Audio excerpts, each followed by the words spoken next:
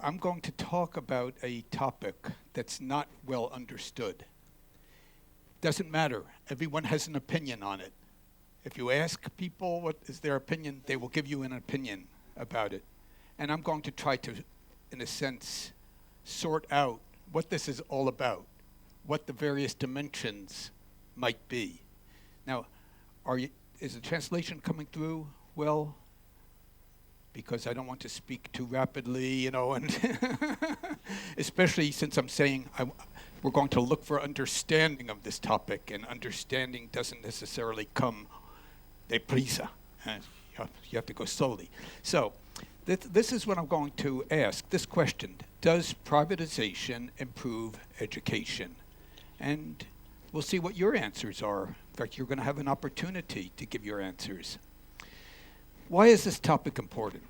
It's important because it's an increasing focus of educational policy. Countries that sponsored schools only through their governments, public authorities, now are either looking at it or making some changes. In fact, at the end, I'm going to tell you what happened in Sweden in terms of this phenomenon. This is also a phenomenon that is promoted by the World Bank. And why? Well, if you take the simple arguments, the advocates say it creates a more effective school system because now you have competition for students. Number one. And number two, you can match students more closely to the strengths of a school through a choice system like this. The argument is not only that it's more effective, but also that there's greater equity. Why? Because many families, if not most families, have choices of schools only in their neighborhood. It's not even a choice. That's the school that they're assigned to. And by having this kind of system, you can create choices of schools outside of the neighborhood.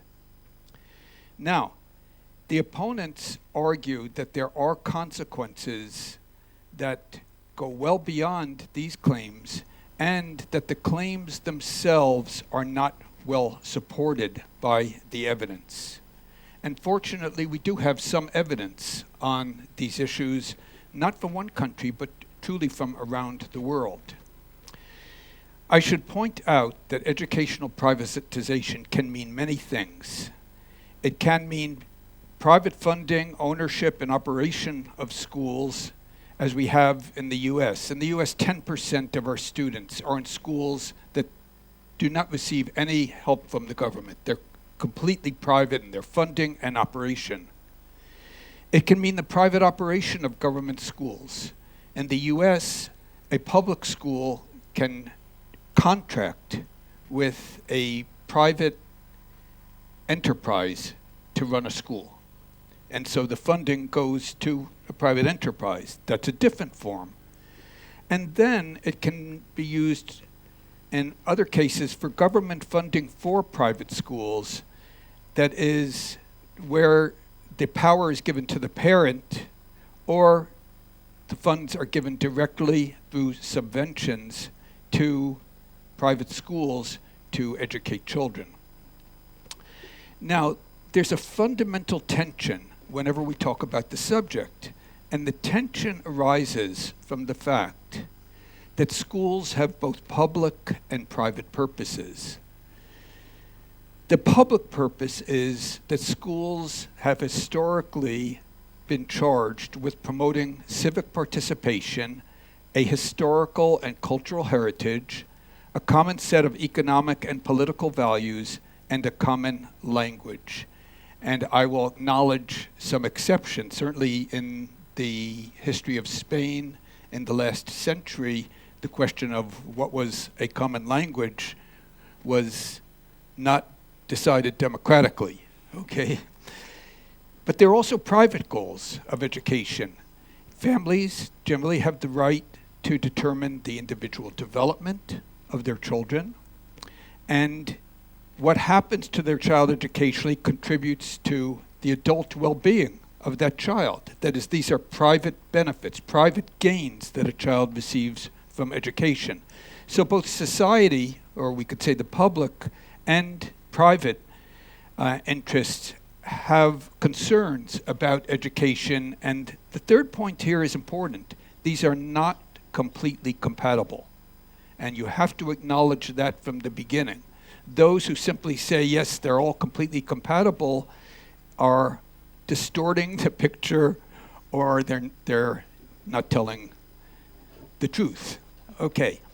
Now, in a sense, the most interesting form of this debate was proposed by Milton Friedman. I think most of you know he was a libertarian economist in the US. He died at the age of 94, about 6 years ago. And in his book on capitalism and freedom, he has two basic questions, very fundamental questions about education. The first question, who should pay for education? Should we as families? Should the state, the government pay? And his answer is quite interesting. He acknowledges the social or public benefits of education and creating common values necessary for democracy. And he says, therefore, the government should fund the basic levels of education because it's absolutely necessary for a democratic state. Now, he acknowledges that an educated society also raises everyone's productivity through what economists call externalities, the effects of higher levels of knowledge and technology and so on, not just on the person who's been benefited from additional education, but from the society as an entirety. But then he asks a separate question, which is quite different. Normally people say, well, if the government pays for education, the government should operate the schools. And Friedman said, wait. To answer that question, we have to ask, who can do a better job in serving society and individuals? And because he's a libertarian, and because Capitalism and Freedom is the name of his best-known book, he answers, because of the superior efficiency of the market in producing goods and services, and he would add, and the freedom of people to choose, the operation of schools should be done through market competition rather than government. And he would say, rather than a state monopoly. There's some issues of what that means exactly, but for libertarians, the state is always a monopoly. And so he proposed to do this in a very clever way. He said, so how do we get the government to fund schools but give people choices and have a market of competitors, educational competitors for students? And his answer was that we give the parent the power of a voucher, of a certificate which entitles the parent for tuition at any approved school that the parent chooses. And schools can meet the requirements for approval by obtaining vouchers and by attracting students, and the requirements for approval are those concerns about teaching the values of democracy. So a school that is teaching the values of democracy will be eligible to compete for students. And then these vouchers can be redeemed by schools by giving them to the state to obtain the funds. Now, I should add that there's no voucher system in the world today that actually gives out these certificates. Instead, the schools apply, they give evidence, accountability of the numbers of students whom they have, and they're meeting the requirements, and they get paid directly by the state. So the voucher is kind of a symbol of the system, a symbol of the power of a parent to decide which school his or her child should go to. And this market would operate by competing for students and their vouchers, trying to provide the attractive programs that would get their students. And so market competition is used to create and ensure good schools. Schools that cannot attract sufficient numbers of students simply aren't going to survive. So bad schools will disappear. They will evaporate. Now, where have educational vouchers been used? Well, Chile is the classic example, Chile under Pinochet was very influenced by Milton Friedman. In fact, his students in the University of Chicago were called the Chicago Boys. I could add some things to that, but will not because we don't have time. And they've had this national system of vouchers now for 33 years. So we have a lot of evidence on what happens when you convert from a state system of public schools to a market system where public schools can still operate. And in Chile, the only schools in the rural areas are public because there aren't the concentrations of populations for competition. But also private schools, including schools that are for-profit, can enter the market and compete. Sweden is very interesting, and I'm going to say some very interesting things about it that are now being debated in Sweden towards the end. But Sweden has had educational vouchers since 1992, very recently in comparison, let's say, with Chile at least. And compared to the Netherlands, Netherlands has had a voucher type of system since 1917, where any of us could start schools and compete for students as long as we met the requirements of what a school is supposed to be in terms of personnel and in terms of regulations, accountability, in terms of national testing and curriculum. Now, just to mention this, in the States, we've been experimenting with vouchers in local areas. Milwaukee has had a voucher plan since 1990 with more than 20,000 students participating. Cleveland since 1995. And then there have been experiments. These are true experiments. I'm not using the word experiment in a loose way. These are true experiments where students are randomly assigned to a voucher or not assigned to a voucher. And then we study what actually happens to them educationally. There are problems in evaluating these kinds of systems. And here we can generalize to all systems, but particularly systems that have a major component of privatization. The first thing is, as you know, this is a highly ideological and emotional issue. People without any details on the system, if they will respond to the language very quickly in terms of whether they favor it or whether they oppose it.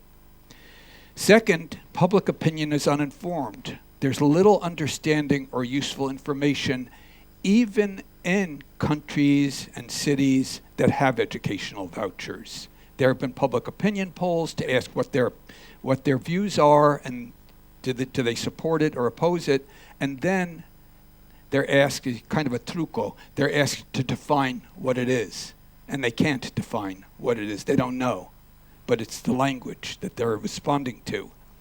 In the case of voucher plans, there is no single plan, but many. And one of the things that is not well understood is that when we evaluate education, it's not just evaluating the PISA scores or the scores of international comparison. Schools are expected to do much, much more than this. And if we were to talk of test scores, we would not even begin to address the democratic requirements and components and functioning that we expect of schools in our kinds of societies. So I'm going to use the voucher plan as an example, but the same issues arise in any kind of educational system. The first thing is that privatization systems generally and vouchers can differ profoundly in design and consequences, and there are just 3 dimensions to worry about. By the way, I can't remember more than 3 of anything. So I have 5 children, and they have to wear the nameplates so that I can call them by their names, okay? But these 3 components are finance, regulations, and support services. And if you analyze these 3 components, you can tell an awful lot about any educational system, including one that's a government system, where there is no privatization. In terms of finance, we're concerned with the size of the voucher. Is it low or is it high? If it's low, not many schools will compete for these students. If it's high, you will get a lot more competition. It will be a much more interesting market from the point of view of schools competing for students. Secondly, will additional parental fees be allowed? That is, can schools say, well, we are a more expensive school, so we will take the voucher and add to that voucher another 1,000 euros an academic year? The Friedman plan would allow that. Friedman would allow families to spend as much as they want in addition to the voucher. That's going to have consequences, because this means that the schools are likely to be stratified or segregated by income, family income. But you could have the opposite system. You could have a system where there are so-called compensatory vouchers, that is, larger vouchers for students from poor or immigrant backgrounds, or you could designate what those are, students with disabilities, or you could even have both. In Chile, they have just started a system where they are adding 50% more to the voucher for children from low-income backgrounds, but families can also add to the voucher if they have the income and they so desire to do that. In addition to finance, there are regulations, and privatization systems will differ according to regulations. First, must a school accept any student who applies, or in the case where too many students apply, accept through a lottery? It depends on which system you're talking about. Some of them, the school has the right to accept students and to reject others. And that has some implications, again, for students from poverty backgrounds, from minority backgrounds, ethnically different backgrounds, and so on. Because schools typically like to accept students who are they're sure will be successful and will not require additional attention or resources to make that happen. Curriculum. Are there common requirements? And how serious are the common requirements? In Holland, for example, most of the curriculum at the basic levels is set out by the state, and schools must use that curriculum. Testing. At the end of the year, are the schools required to use a standardized test to see how much progress the students have made? Personnel credentials. Must teachers be qualified? What are the qualifications? And so on. And then one that can be quite contentious, school sponsorship. Can a school be religious? Now in Holland, that system that started in 1917 was started because of the struggles between the Protestants and the Catholics. That is, this is what was called a pillarized society, where all institutions were separate and they would then fight over a common school. And so they then said, well, let's just give freedom of choice to solve that problem. Now, today, by the way, the Dutch society is highly secularized, and those issues are not big issues in Holland. But consider some of the religious issues that are occurring with some of the immigration coming to Europe and the US, and what that implies in terms of what schools will look like. Support services. Well, let me just say very quickly that choice doesn't work well if you don't have access. And in many areas, you have to provide transportation in order for there to be choice. Good decisions in a market environment are informed decisions. And again, where does that information, accurate information, come from? Of course, schools will provide their own propaganda, but that we're not talking about that kind of information. We're trying to talk about something more objective. And then there are issues of adjudication if there are disputes. Now you could say, well, how can we evaluate this system? We have all of these design elements, these three: finance, regulation, and support services. In our own work for the last 15 years, we have used 4 major criteria, and we have not been told that these are bad criteria or the wrong criteria. or were missing. So they seem to be pretty complete based on the ability for the academic world to attack them, and it has not. It's accepted them. The first is freedom to choose, and I'll describe each. The second is what we call productive efficiency. The third is equity, and the fourth, social cohesion. These are 4 criteria for which we can evaluate any educational system, whether it's vouchers or other forms of privatization or a government system. Freedom of choice is a right that we generally give to parents to give to their children their values, their religious beliefs, their political perspectives, and freedom of choice in schooling then would be to allow them to choose a school that reflects these kinds of preferences and child rearing practices. Productive efficiency refers to maximizing the effectiveness of the resources we use for education. Very important. I mean, we know, of course, right here that there have been very large cuts in budgets allocated to schools. And so we are really concerned that we maximize the effectiveness of the resources that remain and hope that if we can get additional resources, we can do the same. I want to remind you that this is not just test scores, even though in the modern world, it seems that all of these comparisons, PISA 2012 will be coming out at the end of this year. And La Vanguardia, El País, all of the newspapers will be quoting the results, whatever they are, for the next 3 or 4 months, okay? And what will the results be based on? Just the test scores and 3 subjects that PISA measures for 15-year-olds. That's where they're doing the measurement. It's all 15-year-olds. That's the only age group that is involved in PISA. But there are also other issues: interpersonal skills, intrapersonal skills, values and attitudes.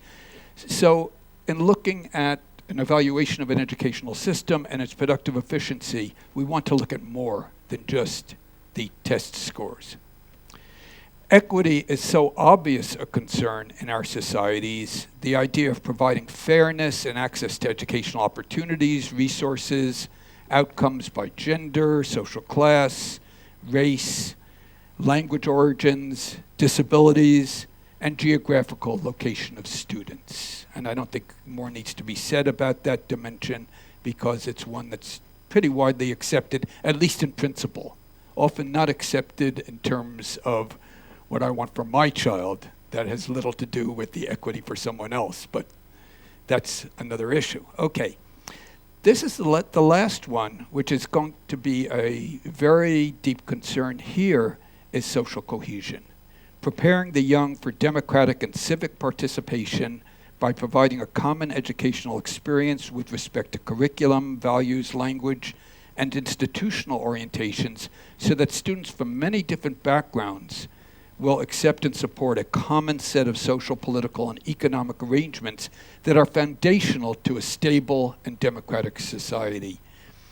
I might remind you that something is happening in Turkey right now where there are real issues about this. So this is not something that is just in kind of academic nube, This is real. It was real in Yugoslavia. It never happened in Yugoslavia because the different provinces had their own educational systems separated along many different lines. And so the children were not educated in a way that made Yugoslavia one society. So we have to take this very seriously. Well, let me just mention that voucher plans, I'm going to do this quickly because of the time element, they vary tremendously. The Friedman plan had a flat voucher. It was very modest. Parents could add to it. There were virtually no regulations other than a minimal curriculum. Admissions would be determined by school, and there would be no government-provided information or transportation. Chile has private schools also that can choose their students, but public schools must accept any student who applies. They have used a flat voucher at each educational level, but with recently some adjustment for at-risk students. There's national curriculum and testing, very different than the Friedman plan. And private schools can add fees that are limited, but they have grown over time. The Netherlands provides a flat subvention per student, no fees allowed. Private schools can choose students. Public schools must accept all applicants. There is, again, extra funding for immigrants and children from families with low parental education, but the private schools cannot earn profits. They can only be non-profit schools, and this is strictly regulated. Now, there are trade-offs and conflicts. You could say, let's do all of those, all four of those goals, freedom of choice and social cohesion. You can't. It turns out that, for example, if you provide support services such as transportation, these have high cost and they reduce funds for instruction, meaning the productive efficiency of education. A common curriculum and testing improve social cohesion, but they reduce choice because schools now are more alike. Philanthropies, parent fees increase funding for some students and choice, but they reduce equity. So the goal then has to be, how do we achieve balance? What kind of system do we want to create or reform that will achieve balance among these criteria? Now, what does research in the last decade tell us? Well, the first is, if we look at the evidence from many different countries, many different plans, they all increase freedom of choice relative to a government-operated system.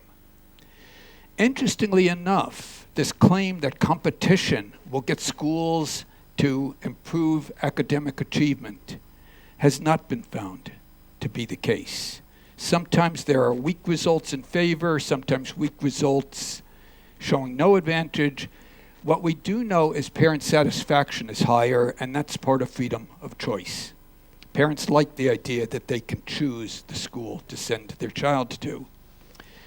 There's evidence of increased segregation and stratification in all of these situations, in Chile, in the Netherlands, in New Zealand, in Sweden.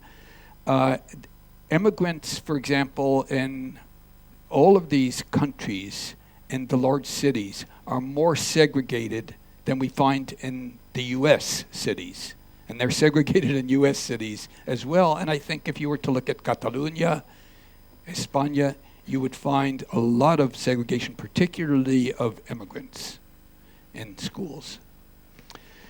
And there's little evidence right now on social cohesion.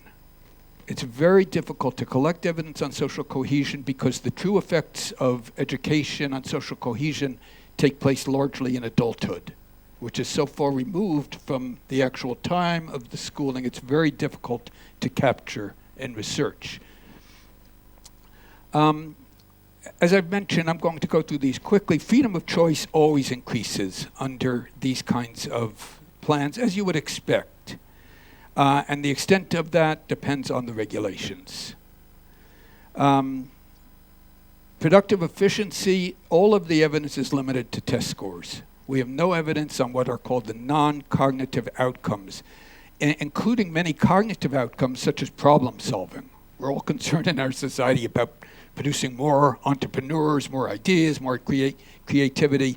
The tests do not measure those elements. There are some tests that try to, but they're not the ones that are used. They're ones that are primarily adapted for research. The studies tend to be fairly weak in adjusting for student selection.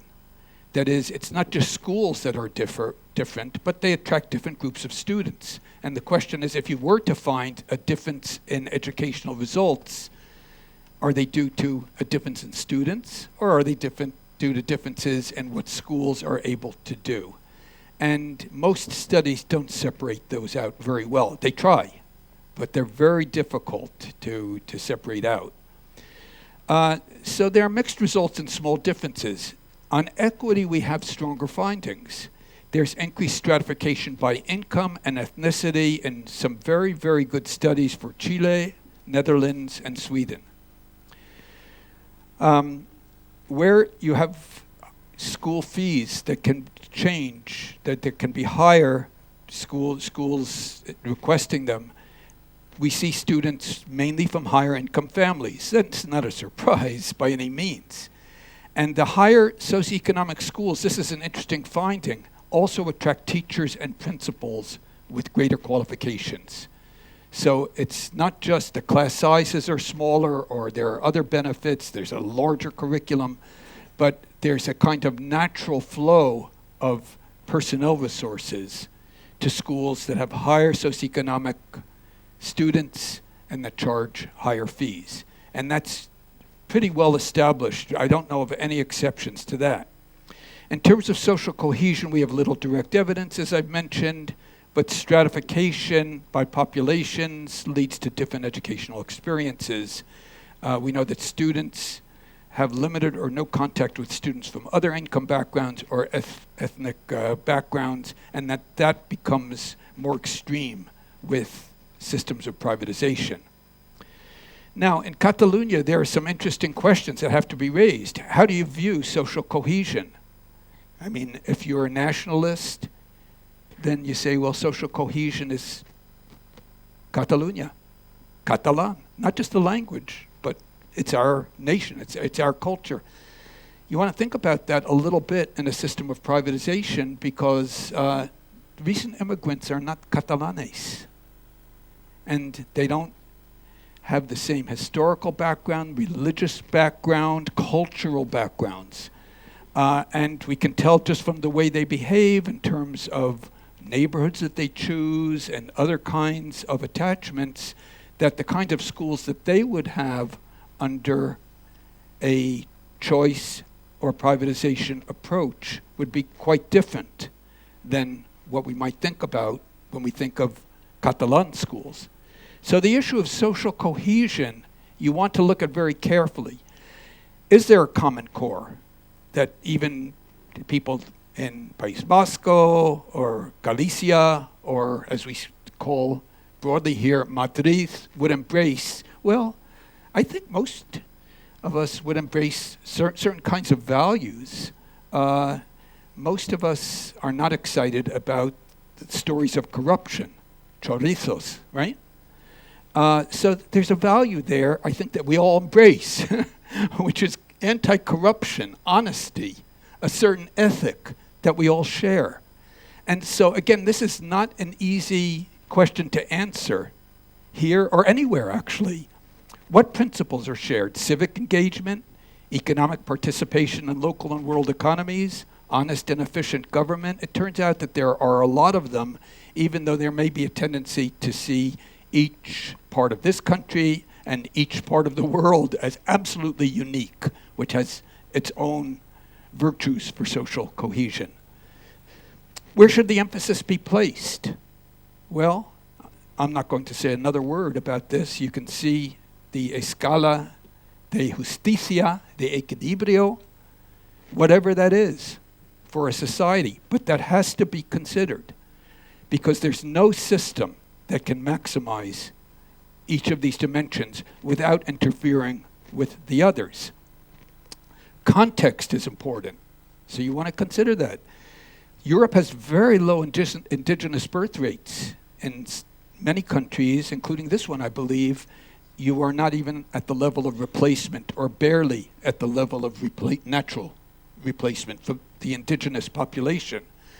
And so unless you want to have very few young people supporting huge numbers of older people, which it turns out is arithmetically impossible, we have to have inflows of immigrants. And having inflows of immigrants automatically makes social cohesion and equity a challenge. I'm going to just mention Sweden. I'm almost at the end for those of you who are impatient to get started questioning. In Sweden, as I mentioned, their educational voucher system started in 1992. You can get a flat allocation, whether you send your child to a public or an independent school, as they are called independent schools. Many of the independent schools are for profit. In the States, most of them are not. 95% are religiously oriented or oriented towards some kind of social mission, not for profit. But in Stockholm, and I should say in Sweden, many of them make very large profits. They've gone in 20 years from perhaps 1% in independent schools, unsubsidized, now to about 20% of students in independent schools, which is a very big change, and about half in Stockholm and in some of the other large cities, Göteborg, Lund. This is something interesting. Since 1992, if we look at PISA, if we look at TIMSS, the International Mathematics and Science scores, they have declined very precipitously in Sweden over this period of time.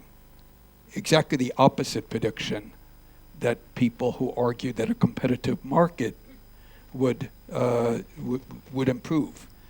And interestingly, all studies of equity show an increase in stratification by immigrant and social class, and increasing inequality in test results. We don't look just at the level, the average, the test results, but we look at the variance, the range. And so-called among school variance has increased over time. Policy choices, well, I've talked about equilibrium, balancing, competing goals, family preferences. Merci. Thank you. You know, as an economist, that usually we say, well, on the one hand, well, on the other hand, but I can put my hands like this in answering it. The context is very, very important. But consider this. Two countries that are having very serious problems in terms of increase, let's say, in inequality, educational inequality, are Sweden and Holland. And if we were to look at Sweden and Holland, they're relatively egalitarian countries in most other dimensions. And so in a sense, we always like to think that maybe schools will make people, make society more equal. But here are two relatively equal societies where the schools seem to be going in the opposite direction. So this is one example, but I think that the context is very important. And this is why I cannot give an answer to the initial question that I started with on privatization, because the answer has to come from you. The answer has to come from this society. The answer has to come in a dynamic situation, not only crisis and not only economic, but changes happening around the world, the flows of immigrants. How can we solve this problem of social cohesion when differences seem so large initially? In a sense, we in the US were very lucky because we are a nation of immigrants. It's not something that we said, gee, we now have immigrants. We are concerned, of course. Every generation is concerned about this issue. But in our context, I'm an immigrant. My family came to the US 200 years ago, but I'm still from an immigrant family. I was not part of the States, the real indigenous population 2,000 years ago in the States. We were all immigrants. And so you have to take account of all of these in terms of addressing this particular conundrum that I have in back of me. Often when Carnoy comes, he comes as an advocate. And I come to you as an academic in the following sense. I like to present what the issues are. And you have to make decisions in terms of this kind of balance. How you define each of these four. You may have other dimensions that we have not used or found, but laying out the overall picture and letting you make the decision. Now, what does that mean? Okay, well, let me be a Carnoy. I'm not enthusiastic about educational vouchers at all. And if you were to look at some of my writings, starting in, well, a long time ago, I was going to give you a year, but then you'd find out that I'm probably older than 52. I might be 53 or 54, and I don't like that, okay?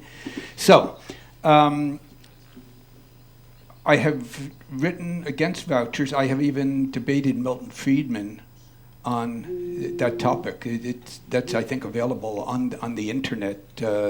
When the Eastern Bloc fell, Friedman was given a public television show to show that he had predicted the fall, and then had a series, and one of them was on education, which he advertised, of course, his voucher plan. And then there was a debate after half hour. There was a half-hour debate, and he and I argued over it. So let me just tell you, so that you know where my commitment is. As I look at the overall picture in countries like ours, I'm not enthusiastic about vouchers at all. I should also tell you that the Royal Academy of Sciences of Sweden had a 2-day seminar in March, because they were concerned about what the evidence shows after 20 years. And I was asked to be the keynote speaker there.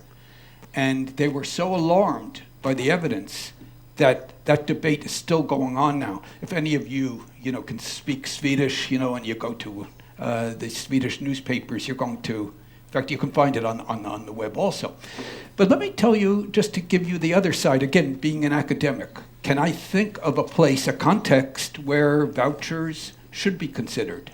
And the answer is yes. Where? In rural areas and urban areas of India, Pakistan, Bangladesh. I can give you a whole number of places in South Asia where the following exists.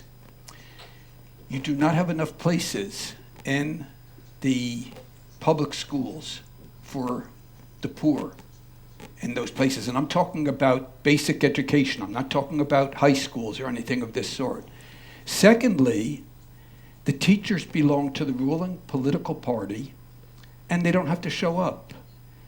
The typical absentee rate in these areas is about 40%. That is, almost half of the teachers do not show up on a given day. What happens to them? Nothing. As long as they can get out the vote for the party, they are protected from any dismissal or any discipline whatsoever. So you neither have spaces for these children, but even the children in these schools suffer. Why? Because the teachers teach nonsense. What do I mean by that? Well, the teachers have relatively low salaries, and they get a substantial portion of their income by tutoring the students after school and on the weekends.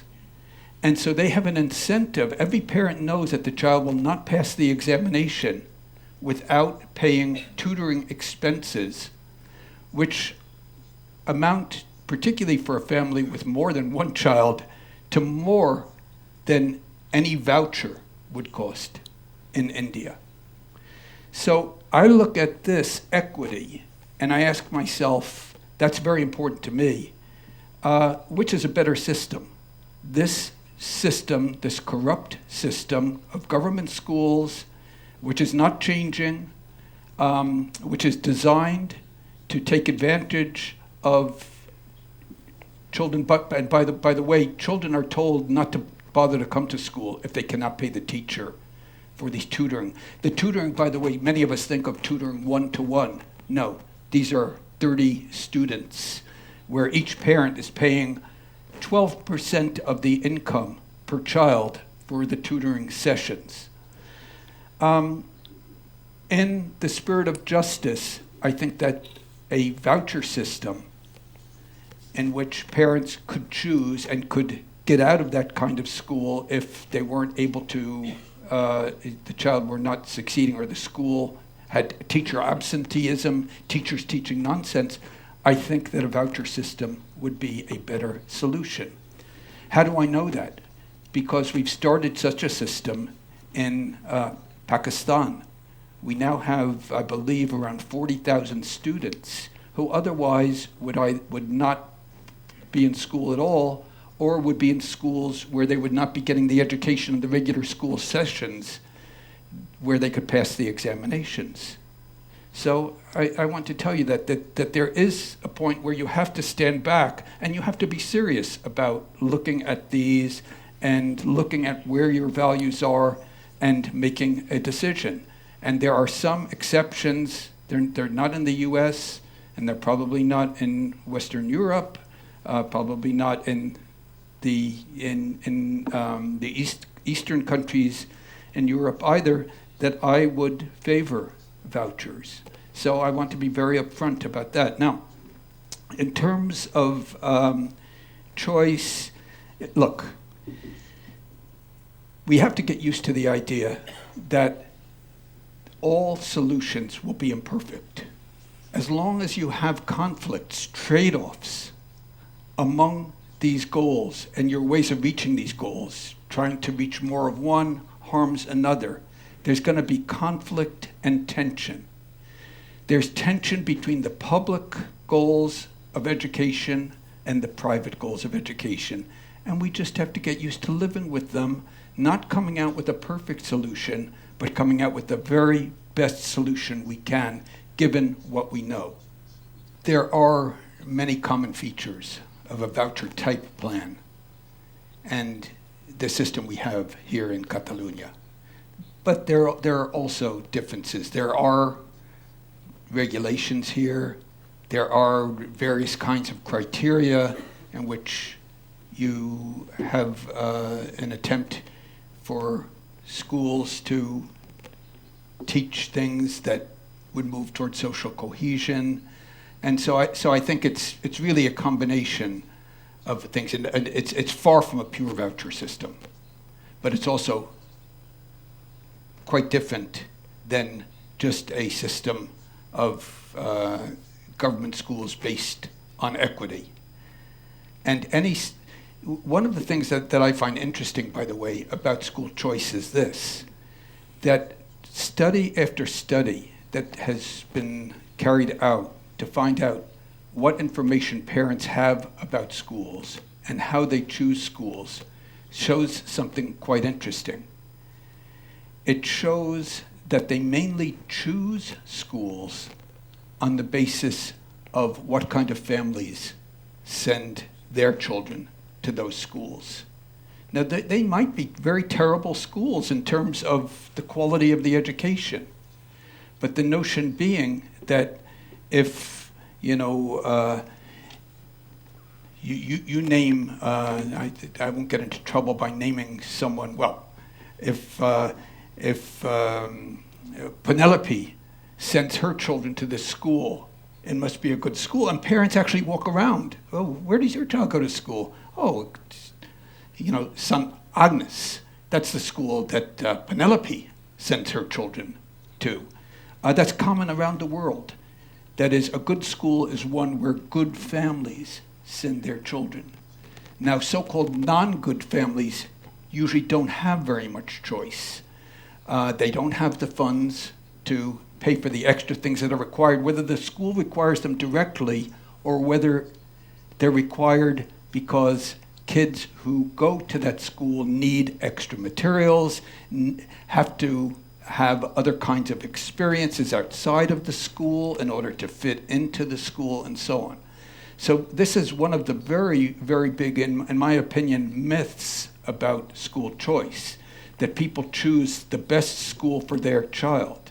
They choose the school that they want their child to go to based largely on who else goes to that school.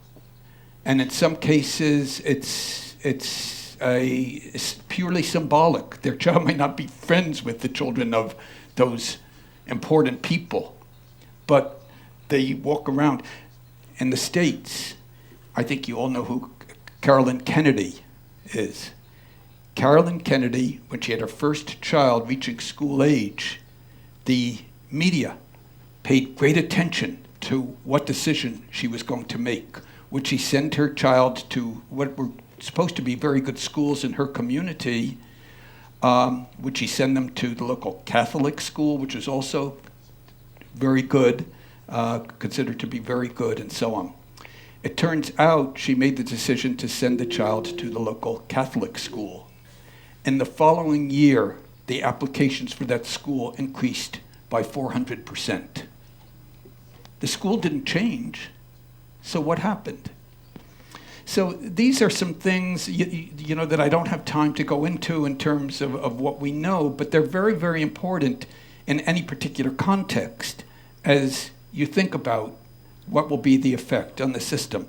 Now, as far as the questions left, I was thinking, I hadn't drawn these to be left or right, but it is true that choice and productive efficiency are much more argued on by people on the right, and equity and social cohesion much more by people on the left. It's actually true. However, I would argue that there are trade-offs among all four of these, that it isn't really the pairs that you see here. I just didn't have a nice way of trying to show the same thing on the Roman balance, but wanted to emphasize that as we look at these policy designs, you think you can improve one thing, but then if you look carefully, you'll find that you have changed and compromised something else. And now you have to make a value decision, that is, which is more important. And that's the business we're in. Anyone who works with education in terms of making good policy decisions should always realize that we're constantly weighing values in one direction versus values in the other, and policies that hopefully create a balance. The right to education is a very tricky term, because the term education is very ambiguous. It's very vague. And so one might wish to say, what are the details? When we say right to education, does that mean just a right to attend a school? Does that mean that there will be obligatory education, mandatory education for a certain number of years? Does that mean when we say the same for everyone? It seems to me that the last question and the first question are very much like this. Does it mean the same education for a child with disabilities as a child who doesn't have disabilities? I think most of us would reasonably agree, well, no, it doesn't really mean those things. So you have to really go to the question of what do you mean by an equal education for everyone? And when you get to that point where you're debating and discussing it, you'll find that we don't necessarily agree. We may agree on just some principles. Children with disabilities deserve some differences in their education than children without disabilities. We would agree with that. Try to get to precisely what those differences should be, how much you're willing to invest in those things. And that's what I mentioned, when we always have these tensions within education. There is no simple solution, and we're not going to solve it with words. We can all agree on every child has a right, even to a good education, or to a wonderful education, and we haven't begun to address the details of what that means and how to provide it. So getting into the components, you don't necessarily have to use these. You can use ones that you feel are pertinent, but you actually do have to get into those details. Okay. Now, in terms of the question of pre-primary education, post-secondary education, in general, this distinction between the public and the private goals makes the assumption that in the early years of formación, you have to be worried about social cohesion. You have to be worried about equity. But if we deliver young people at, let's say, the age of 18, university age, and we've done what we can, then it's choices that they have to make, it's decisions that are based on what they bring to the university. None of us would begin to say that everyone who goes to the university must come out equal in terms of opportunities to work in a particular occupation, because we recognize that there are differences among individuals in terms of the effort that they put in, their ganas, their abilities, but the question is, can we make the formación fair so that everyone has those opportunities? Now, that's not an easy question to answer. A family, for example, that comes from another linguistic background is not in the same position to provide opportunities. But if we go early enough and we start off 0 to 3 and we're concerned about nutrition, we're concerned about the prenatal care, we're concerned about giving parents skills in order to begin to use a lot of language with their children, discussions, getting the parents themselves involved in learning the mainstream language, being part of that, which of course is very important here in Catalonia. The idea is that at some age, whatever it is, and indeed it's in our laws, because we set mandatory, or what is it, educación obligatorio, right? And implicitly what we're saying is at the end of that, there should be opportunities for individuals to go in their own paths and to make their own decisions on whether they want to continue, what kind of education, and so on, lifelong learning. But we want the opportunities to be there, even if it's no longer obligatorio, right? This last issue on the debate here, in my opinion, the first thing is that I would not use Yugoslavia as an example for Spain. Yugoslavia is I should always say was. See, I'm so old that I still say is. But it was a very modern country. It came out of the fall of the Ottoman Empire. You know, at least for me, we're talking about less than a century ago. And then it was pulled together, and then really pulled together with a lot of power after World War II by the Soviet Union. But the history was not the same as the history of Spain. There are parallels, obviously. The Catalanes have a very, very long history. The Basques, we don't even know when they got there. And they don't speak anything like Hungarian or Finnish. That's a myth. The Gallegos we know something more about, but I mean, these are all ancient civilizations compared to Yugoslavia, and there wasn't a long period of time for them to, in a sense, meld together as a nation. They were forced to be a nation. Well, the Christian kings did the same thing with Spain, but it was a much longer period of time, and there was a longer history leading up to those events, okay? So I don't mean to imply at all that, as we look at the regionalism and the autonomy and the differences in languages, we're talking about Yugoslavia. There are also much larger differences in religion, where one area was Roman Catholic, another was Eastern or Orthodox Catholic, and another was Islamic from the Muslim invasions in the Middle Ages. That created a very different setting, okay? Now, talking concretely about Spain today, some of you will not like this, but by living together for so long, even perhaps in opposition, there's much more commonality across Spain than we might give credit to. With the nationalist movement, the tendency is to emphasize differences, and there are differences. In no way would I suggest that there are not. But there are also some similarities. I mentioned some. Does everyone like the chorizos de los bancos? I don't think so. That's a very ugly example, very ugly. We fail, right? But the point is that we have some values that we all share. And if we were to list these, they would be there would be a long list. And not only within Spain, but across Europe.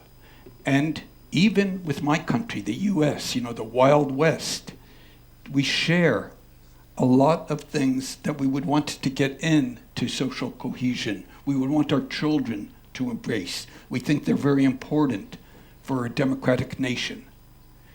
So, again, I like your point from before, which is context is important, and we want to look at context.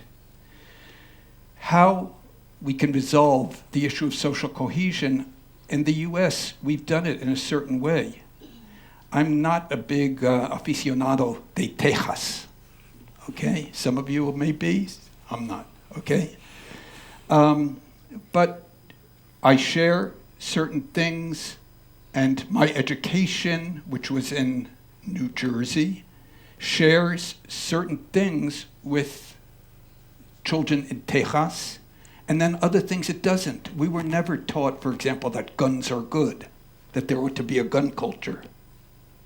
But in the state of Texas, this is embedded in the schools and the culture and everything. So the idea is, what are the things that we want for social cohesion and that are important regionally? And what are the things that we share? And I think the mention was mention of a world perspective. So not just with the rest of this country and not just with Europe, but in terms of a world that is democratic and productive and good for human development and good for human beings, which goes a lot, sustainable environment. Something else. I don't think that we would fight with Texas if Texas treats its children to each grade dealing with how we address ecology. And I don't think that that's the major issue between Catalonia and Madrid. So what we want to do is to look at this question and ask, what is it that we share? What makes us unique? In the US, as it turns out, all of our educational systems, are independent of the national government. We have 50 state educational systems, and the Constitution on education doesn't exist at the federal level. It only exists at the state level. That is, our constitutional rights to an education exist only in the state constitutions. And so you could say, well, every state with a different educational system, but it turns out that ex post facto, when you look, there are a lot of similarities in terms of these kind of issues, social cohesion issues, and there are some differences too. Guns being one of them that I would be concerned with, okay? So these are some things that we might want to think about. Thank you very much. Merci. Gracias.